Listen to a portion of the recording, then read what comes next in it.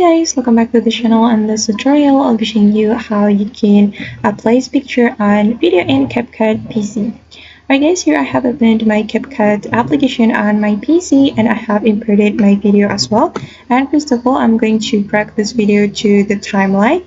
And if you want to place picture to this video, you can import your photo from your device. You can click on import right here, then just select the photo that you want to place on your video. And for example, I'm going to place this photo, so just select the photo, then click on open.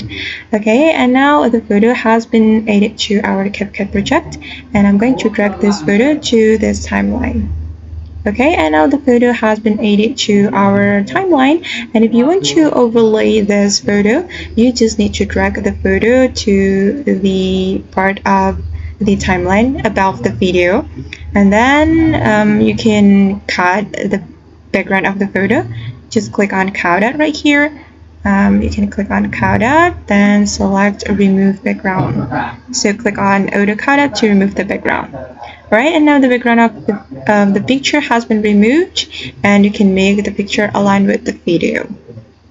Okay, and this is the result, guys. So I'm going to play the video to take a look at the result. Alright.